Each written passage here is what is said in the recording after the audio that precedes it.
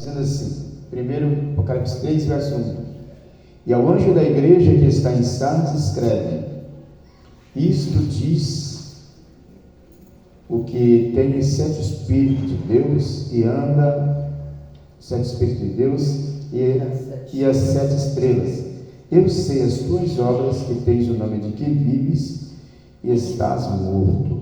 Sê vigilante, confirma os restantes que estavam para morrer, porque não achei as tuas obras perfeitas diante de Deus. Lembra-te, pois, do que tens recebido e ouvido, e guarda-o, e arrepende-te. E se não vigiares, virei sobre ti como um ladrão, e não saberás a que horas sobre ti virei. Mas também tens em Sardes algumas pessoas que não se contaminaram, seus vestidos e comigo andarão de branco, porquanto são dignas disso.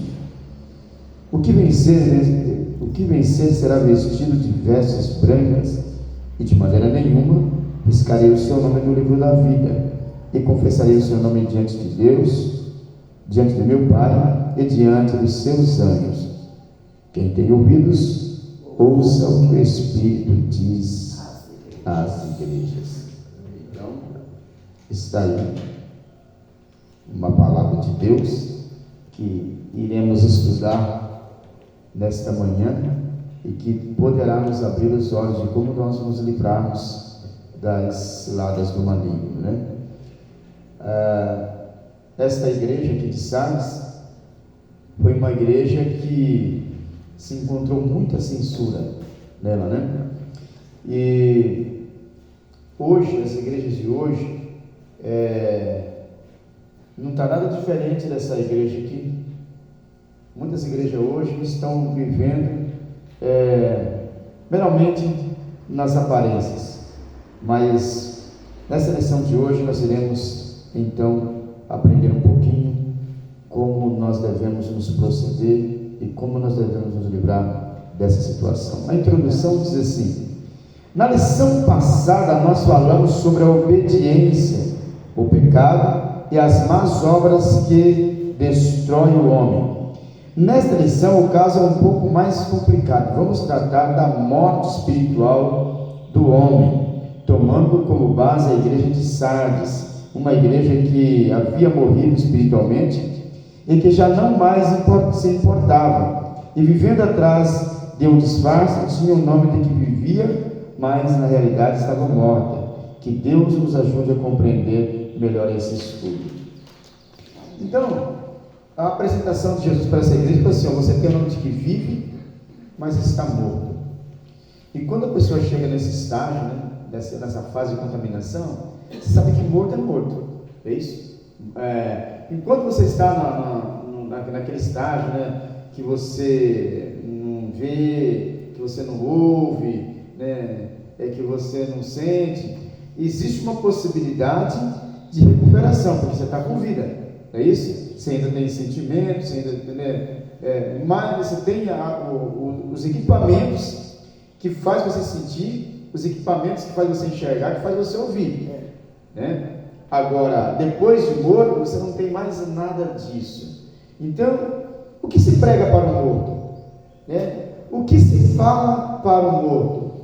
Não tem condição, nada mais, porque morto é morto. Morto ele não sente, morto ele não cheira, morto ele não fala, morto ele não tem amor, morto ele não tem carinho, morto ele não tem sentimento nenhum. Então, essa igreja, diz a Bíblia que ela estava morta, só tinha o nome de que vivia. Então o tópico 1 vai nos dizer assim, a vida em Cristo. Como nós lemos, a igreja de Sardes estava morta espiritualmente, e só tinha uns poucos membros que ainda permaneciam fiéis ao santo evangelho. A igreja de Sardes estava vivendo uma vida de aparência, mostrando ser uma coisa, quando na verdade era outra. A Bíblia diz que há vida em abundância em Jesus, mas para que essa vida em Jesus esteja em nós, é preciso andar também como ele andou. Uma advertência à igreja de Sardes é bem notória: lembra-te do que tens recebido e ouvido, e guarda-o, e arrepende, e não, se não vigiares, virei sobre ti como um ladrão, e não saberás a que hora sobre ti virei. Apocalipse 3:3. O aviso era para que caísse na real, e se arrependesse, e voltasse para Deus, pois quando Ele nos ama, ainda que estejamos mortos, Ele procura nos alertar, ressuscitar, para que possamos entrar pelo caminho certo. Apocalipse 3:5. Geralmente o crente, quando é novo convertido, é uma tocha nas mãos do Senhor, mas depois que vai passando o tempo, ele vai ficando amadurecido no Evangelho e perde a espiritualidade e entra na carnalidade. Veja Gálatas 3:3, que diz assim: sois vós tão insensatos, que tendo começado pelo Espírito, acabeis agora pela carne. O apóstolo Paulo falou esta palavra à igreja de Gálatas porque começaram a perceber o esfriamento da mesma, e não poderia deixar morrer sem fazer nada. Por isso ele disse: será em vão que tenhais padecido tanto? Gálatas 3:4. Não é no caso de Sardes, que já estava morta, mas a igreja de Gálatas já estava entrando pelo mesmo caminho da igreja de Sardes, e não demoraria a chegar no estado de se considerar uma igreja morta. Jesus foi categórico ao dizer: eu vim para que tenhais vida, e a tenham com abundância. O crente que permanecer vivo em Cristo e morto para o mundo, pois ele recebe de Deus a unção e santo, o Espírito Santo, na verdade, para guiá-lo na verdade. João 14:26. À medida que os crentes recebem a palavra de Deus, o Espírito Santo os ajuda a compreender melhor as suas verdades redentoras. João 16:13. Se é tão maravilhoso viver em Cristo Jesus, para que morrer então? Se é tão maravilhoso. O problema é que as pessoas gostam de viver de aparência. Elas sabem que não é aquilo, mas elas gostam de viver aquilo. Quantas pessoas que você vê na internet, esses famosos por aí, que estão vivendo uma vida miseravelmente triste, sem felicidade, mas lá nas redes sociais eles postam aquele sorriso, postam, fazendo tudo que está na maior felicidade, mas por detrás dos bastidores eles vivem uma vida lastimável, de muita tristeza, muitos deles até chegando a tirar a própria vida, se enfiando no mundo das drogas. Quer dizer, um mundo de aparência.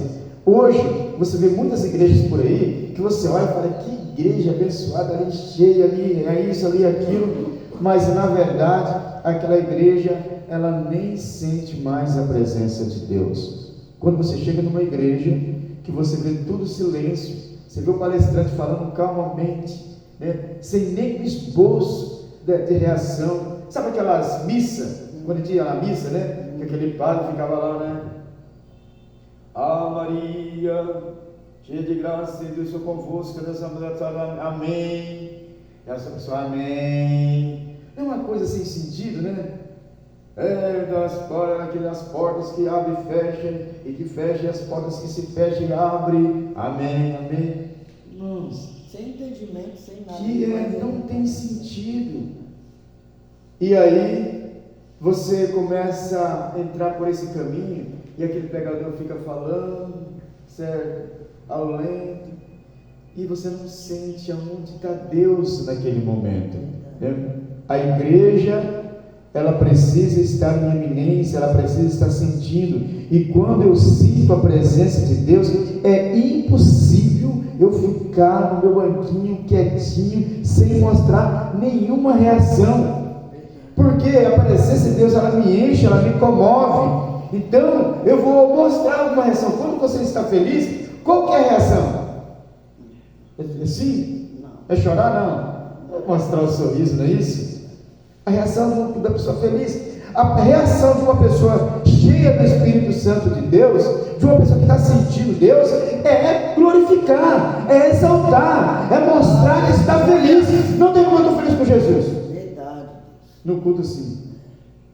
Está feliz? Não tem como, meu irmão. Aí a pessoa fala: você tem certeza que você está feliz? Não dá, não é isso? Mas quando você olha para a pessoa, já logo, o que está acontecendo com essa felicidade toda? Não, essa felicidade toda é Jesus no meu coração. É Deus que faz eu ser feliz assim. Então, eu tenho motivo para sorrir. E se eu chorar, com certeza vai ser de alegria. Não é isso? E a pessoa que está chorando de alegria também é diferente.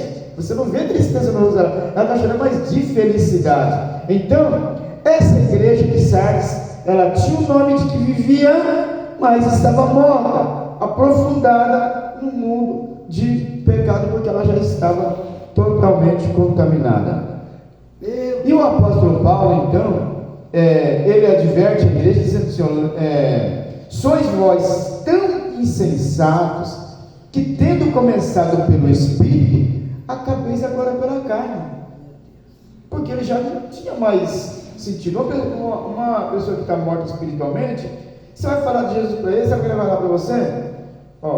Estou bem do jeito que eu estou. E se você acha que Deus faz bem na tua vida, então fica com ele, não mexa de paciência. Sabe por quê? Porque para ele não tem mais sentido.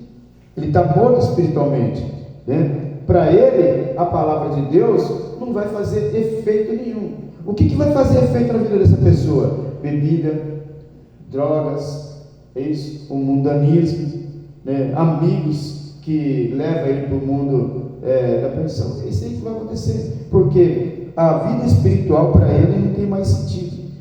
Mas a vida em Jesus, ela é em abundância. Quando eu tenho vida em Jesus, eu quero estar perto, eu quero estar participando da obra de Deus, daquilo que é proposto para mim. É por isso que Jesus disse, né? Eu vim para que tenham vida e a tenham com abundância. Então, se é maravilhoso viver em Cristo Jesus, irmãos, para que morrer? É isso? Ninguém que fala assim, eu quero morrer feliz, né? Hoje é o dia da minha morte, eu quero morrer feliz. Não tem como, né? Todo mundo se esquiva da morte. Louvado seja o nome do Senhor. Aleluia. O segundo tópico, os filhos de Deus. Quem lê? A verdade é que Deus é o nosso Pai Celestial e que nós somos seus filhos. Uma das maiores revelações do Novo Testamento, pois ser filho de Deus é o privilégio mais sublime da nossa salvação. Gálatas 4. Dai motivo de mantermos uma vida santificada diante de Deus. Seria então a nossa vida como a de um peixe que só sobrevive dentro d'água e fora só alguns minutos, logo morre. Nossa vida é semelhante. Conseguimos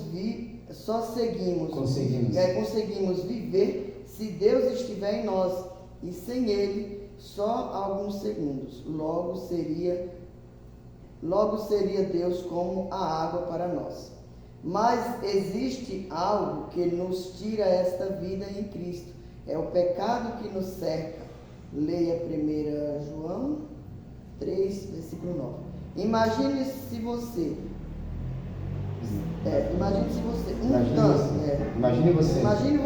um tanque cheio de água, e nesse tanque vários peixes de todos os tamanhos e cor, nadando livremente, e de repente alguém abre a tampa do dreno e a água vai toda embora. O que aconteceria aos peixes? Por causa de um simples dreno no fundo do tanque, os peixes morreriam. Não é assim a nossa vida, né? Não é assim a nossa vida? Sim, o simples dreno simboliza um simples pecado que depois de consumado nos leva à morte. 1 João 3, versículo 8. Ser filho de Deus é algo simplesmente maravilhoso, se guardarmos os seus mandamentos, ensinamentos. Então, irmãos, isso é ser filho de Deus, guardar os mandamentos. A verdade é que Deus é nosso Pai Celestial e que nós somos filhos. E uma das maiores revelações do Novo Testamento, pois ser filho de Deus é o privilégio mais sublime da nossa salvação. Então, a gente estava lá fora, a gente não era servo de Deus. Como é que nós éramos tratados? Né? Como pecadores como criatura. Quando você vem para Jesus, de criatura você passa a ser filho. Já não vou chamarei mais de servos, mas chamarei de amigos. Que coisa gostosa, né? Você passar a ser amigo de Deus, passar a ser filho de Deus.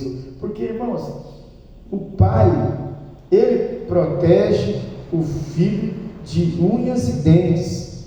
Ele não vai deixar nada de mal acontecer. Mas o bastardo não. Ele não tem compromisso. É por isso que você vê hoje muitas igrejas por aí se corrompendo, se perdendo, e os pastores não fazem nada porque não são verdadeiros pais. São bastardos. Não são verdadeiros homens de Deus. Eles não estão nem aí pela tua salvação. A igreja que ela vive em Cristo, obviamente o seu dirigente, e Deus que está naquela igreja está aguardando e livrando, porque tem por pai Deus, e Deus tem ela por filho. Daí o motivo de manter uma vida santificada diante de Deus.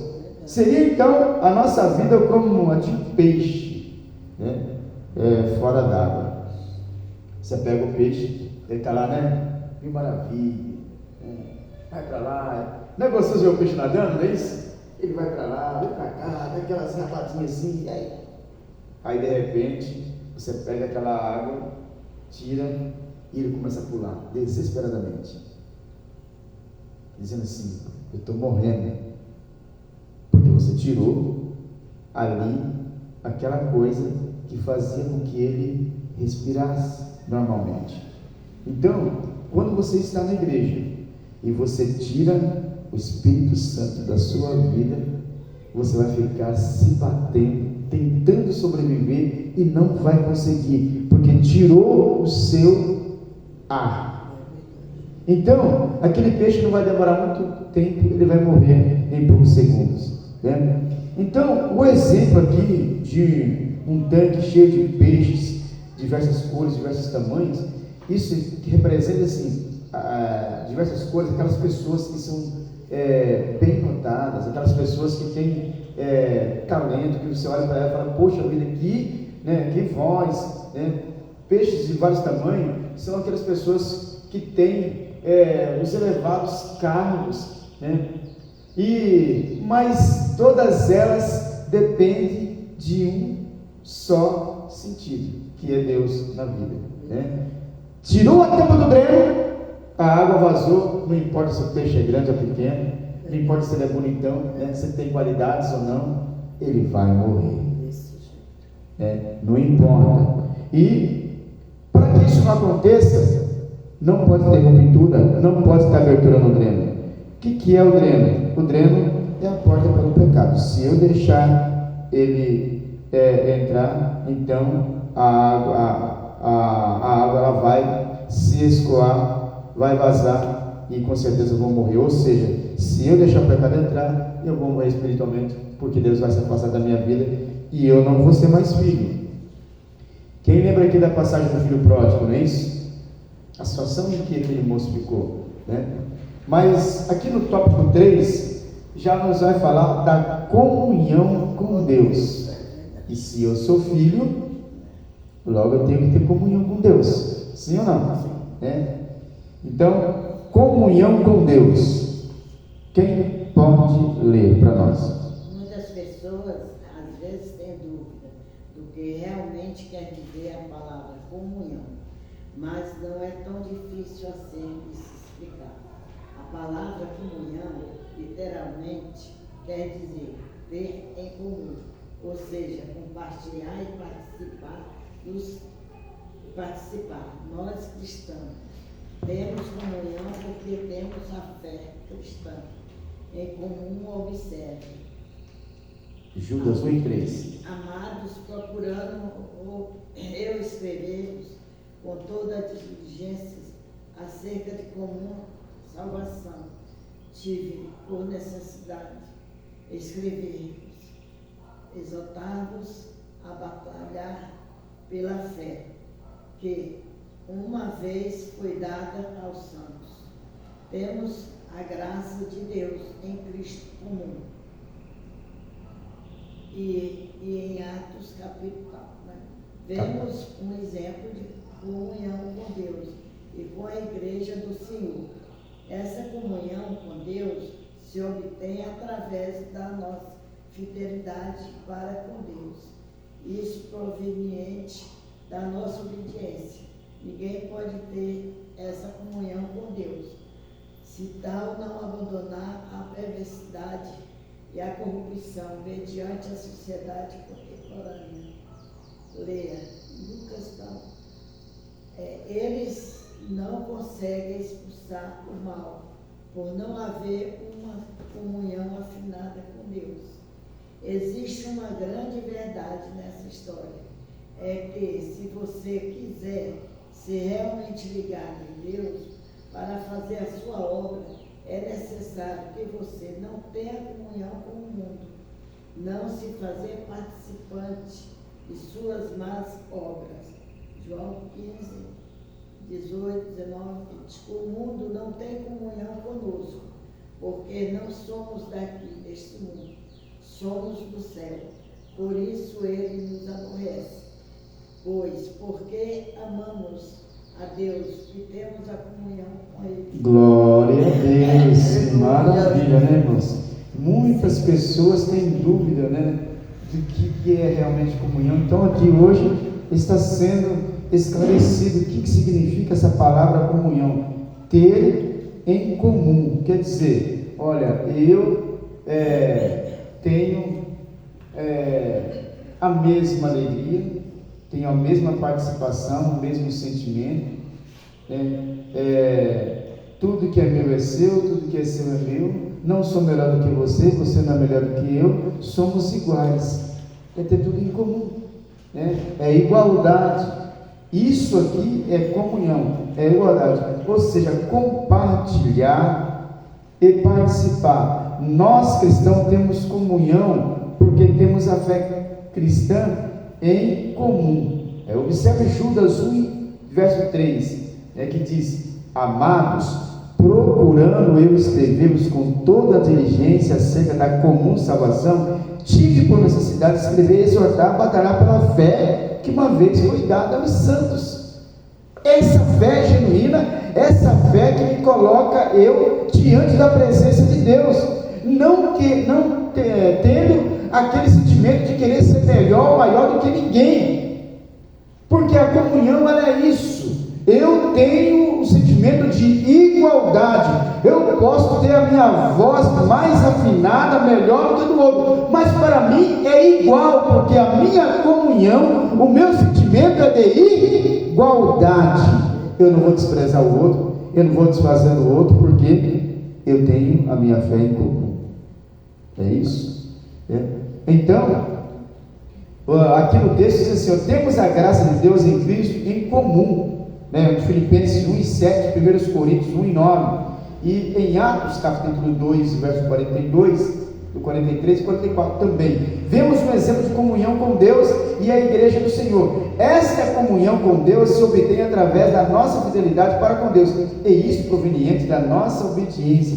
Ninguém pode ter essa comunhão se o tal não abandonar a perversidade e a corrupção mediante a sociedade contemporânea, ou seja, as coisas que o mundo me oferece. Você sai aí fora, é muito simples, você precisa ter dinheiro para você beber, para você fumar, para você se drogar, porque as pessoas se oferecem. Não tem dinheiro, não tem problema aqui, depois eu quero você paga, vamos participar da rodada aqui, da tocada aqui e tal, e dali a pouco você está todo emaranhado, não é isso? E quando você pensa em sair, você fala assim: mas como foi que eu entrei? Você não precisa ter dinheiro, né? Basta você querer. O mundo não tem comunhão conosco, porque nós não somos daqui deste mundo, somos do céu. Por isso ele nos aborrece, porque amamos a Deus e temos comunhão com Ele. Então, essa comunhão com Deus faz a grande separação entre nós e o mundo aí fora. O tópico de número 4 fala a vontade de Deus. E qual que é essa vontade de Deus? Vamos ver aí? Tópico 4. Ver hoje muitas igrejas mortas espiritualmente mas isso se dá ao fato de rejeitarem fazer a vontade de Deus. Veja Mateus 7, versículo 13, nos diz: entrai pela porta estreita, porque larga é a porta, e espaçoso é o caminho que nos conduz à perdição, e muitos são os que entram por ela. Observe que Deus te aponta um caminho estreito, ou seja, difícil e diferente. Difícil de passar, mas te leva a um lugar de repouso eterno. E esta é a vontade de Deus. Não que Deus queira que você sofra, mas que você não se misture com os devassos desse mundo e irreverentes que não querem andar na vontade de Deus. No caminho largo é tudo mais fácil, até para chegar no centro do inferno. Misericórdia. Mateus 7, 14 nos diz assim: é porque estreita é a porta e apertado o caminho que leva à vida, e poucos há que a encontrem. Andar, o fazer a vontade de Deus, não é fácil. Por isso, muita gente distorce a palavra e procura desviar o caminho da verdade, mas facilitar as coisas más para fazer a vontade de Deus e chegar ao céu, não existe atalho, se é que você não entende. Hoje são muitos que se introduzem em nosso meio querendo nos ludibriar com falsos sermões, mas estejamos atentos para não cairmos nesta cilada maligna. Mateus 7, versículo 15, 16, 17, 19 e 20. A vontade de Deus, na verdade, é que edifiquemos a nossa fé em Cristo Jesus, seu Filho, com obediência a Ele atribulada, a Ele tributada. Mateus 7, versículo 24, 25, 26 e 27. Vocês entenderam aí? Não é tributada, né? Vocês entenderam então qual que é a vontade de Deus? Porque a vontade de Deus ela é perfeita. Então, veja só, ver hoje muitas igrejas mortas espiritualmente é realmente assustador, e é assustador. Porque você não consegue sentir uma comunhão, você não consegue sentir uma paz, você não consegue sentir a mesma espiritualidade, porque a diversidade é enorme, é gigantesca. E aí quando você vê essas igrejas tentando fazer divisão, fazer separatismo, essa igreja está viva? Talvez algum deles esteja, mas quem está liderando, ensinando, está aqui dizer, matando, sufocando, tirando, como se estivesse tirando peixe por peixe de dentro do tanque e colocando fora da água. Não é isso? Então, é assustador. Por isso, então, a palavra de Deus nos diz, Mateus 7,13, nos diz, entrai pela porta estreita. Se a porta é estreita, não é fácil passar. Quando você passa pela porta estreita, como é que você passa? Tranquila? Você tem que ficar de ladinho a isso e ir se espremendo. Então, a porta que é oferecida por Deus, não tem como, sabe, você entrar folgado, não. É difícil, é apertado. Então, entrai pela porta estreita, porque larga é a porta e espaçoso é o caminho que conduz à perdição, e muitos são os que entram. Duas portas são colocadas, você vê uma bem estreitinha, difícil de passar, e a outra, o que você vai fazer? Vou naquela mais fácil, porque hoje as pessoas procuram a praticidade, a facilidade, mas a facilidade e a praticidade nem sempre quer dizer que é coisa boa. Nós temos que entender que para Deus, não que Deus ele queira, ele sente prazer no sofrimento, ele sente prazer que nós padecemos, de maneira nenhuma. Mas que sentido teria? Observe, irmãos, que sentido teria? Você está vivendo nessa vida cheio de regalias, presta atenção, cheio de regalias, mordomia, aviões caríssimos, você não pega trânsito, vai daqui em outro lugar da cidade, aí pega o helicóptero, desce lá, entendeu? Aí você tem vontade de comer a sua mesa lotada, você não sente tristeza, você não sente nada, tudo você tem ali, piscina de água aquecida, não é isso? Quarto que muda, faz, ele gira, conforme o sol, você nunca... Gente, coisa maravilhosa. Viaja quando quer, para onde quer, dinheiro está caindo por tabela. Você vai falar para a pessoa dessa assim: olha, quero te apresentar Jesus, o Salvador de toda a humanidade. Você vai, para que eu quero Jesus? Para você descansar. Descansar do que, filho? De que você está falando? Eu estou super descansado. Então não tem como você falar de Jesus para uma pessoa dessa. Como que a gente vai falar de Jesus para quem não sofre? Então, Deus simplesmente permite esse processo, porque só assim você vai dar valor e saber que lá no céu é um lugar de descanso, que você sofre aqui, mas vai ter um lugar de descanso. Vai oferecer descanso para quem tem descanso. Uma pessoa vai numa mansão, nessa mansão ele tem hidromassagem, ele tem sauna, piscina, tem área de lazer, área de jogos, ele tem tudo. Aí você fala para ele assim: ô amigão, vamos passar um final de semana aí no spa? Na onde? Spa, esparecer, sabe? Tomar lá um banho de ofurô, entendeu? Umas massagens. Ele vai falar para você assim: rapaz, eu não vou sair do conforto da minha casa, onde eu tenho tudo isso, para ir num lugar que eu nem sei, onde tem um monte de gente, entendeu? Aqui eu sei que eu estou. Então não tem como, meu irmão. Então, quando Deus fala que a porta é estreita, que você vai passar por alguns momentos de aborrecimento, de sofrimento, é porque você vai lutar para ganhar um lugar onde você possa realmente descansar. O cansado, ele quer achar um lugar para descansar. Aquele que está fadigado, ele quer achar um lugar para ele tirar aquela fadiga. O que está contristado, ele quer achar um lugar para ele se alegrar, para ele ser feliz de verdade. Então, por isso que Jesus, ele permite que nós passemos por esse sentimento. E a porta estreita simboliza sofrimento, dificuldades, padecer necessidades, mas que no final desse caminho eu vou então descansar. Não é isso? Louvado seja o nome do Senhor. Então, observe que Deus nos aponta um caminho estreito, ou seja, difícil, diferente, e poucos é o que entram por ela.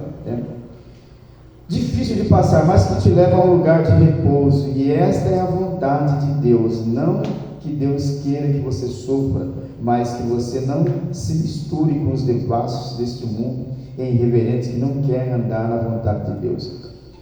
Alguns exemplos são citados na Bíblia, quando Deus fala assim que é mais fácil passar um camelo no fundo do agulha do que um rico entrar no céu, porque a abundância de dinheiro faz com que a pessoa sinta que aquele dinheiro é o Deus dele. Observe naquela parábola do rico e Lázaro, que a Bíblia não fala que Lázaro era servo de Deus, mas também não fala que não, e nem fala que o rico também era, também nem que não. A Bíblia só fala assim: Lázaro é um homem sofredor, pobre, padeceu necessidade, e você não, você teve tudo, você tinha de tudo, você não sofreu. Então convinha que esse filho de Abraão aqui, tivesse agora o seu momento de descanso. Você já teve o seu, é isso? Então, irmãos, no caminho largo é tudo mais fácil, até para chegar no centro do inferno. Mateus 7,14 diz assim: e porque estreita é a porta e apertado o caminho que leva à vida, e poucos a que encontrem. Não é que as pessoas não encontram essa porta, ela até encontra, eles só não querem entrar. Ele só não quer caminhar por ela. Andar e fazer a vontade de Deus não é fácil. Por isso muita gente distorce a palavra e procura desviar o caminho da verdade para facilitar as coisas. Mas para fazer a obra de Deus, se chegar no céu, não existe atalho, não tem jeitinho. Sabe quando você fala para o instrutor lá: dá um jeitinho aí, faz eu passar. Na obra de Deus, para entrar no céu, não tem atalho e não tem jeitinho. O único jeitinho que tem é você entrar pelo caminho. Caso contrário, sem chance, não é isso? Mas que Deus tenha misericórdia de nós, que Ele possa sempre trazer viva essa fé e essa comunhão para que nós nunca deixemos de seguir os seus passos. A conclusão nos diz assim: olha, muitas vezes nós nos sacrificamos para fazer a vontade da esposa ou esposo, do filho e até mesmo o nosso prazer carnal. É isso sem medir esforço. Mas quando falamos em sacrificar na obra de Deus, há uma grande barreira que nos cerca e colocamos mil desculpas, até mesmo murmuramos, discordamos e às vezes até dizemos que Deus não quer que ninguém se sacrifique e assim por diante. A realidade é que executar a vontade de Deus é só para quem realmente está limpo de coração, que não contaminaram o templo do seu corpo com a apostasia e sente prazer em estar na casa de Deus, não importando-se com o sol, chuva, frio, calor, com saúde ou doença, que importa se a vontade de Deus assim o quer. Que importa se a vontade de Deus assim o quer. Então, queridos irmãos, que sirva de alerta para nós nesta manhã, entender que Deus, Ele quer ter comunhão conosco, mas é preciso nós andar na vontade dEle como filhos. É isso? Diz assim, ó: e também houve entre o povo falsos profetas, como haverá entre vós também falsos doutores que introduzirão heresias de perdição e negarão o Senhor que os resgatou, trazendo sobre si mesmo repentina perdição. E muitos seguirão as suas soluções, pelos quais será blasfemado o caminho da verdade. E por avareza farão de vós negócios, como palavras fingidas, sobre os quais já de largo tempo não será tardia a sentença, a sua perdição não dormirá. Glória seja dada ao nome do Senhor. Está escrito isso em 2 Pedro 2, do 1 ao versículo 3. Não tem na sua lição aí, porque esse texto é subsídio do professor. Amém? Que Deus possa abençoar cada um dos irmãos nesta manhã. Vamos para o nosso questionário de hoje e vamos ver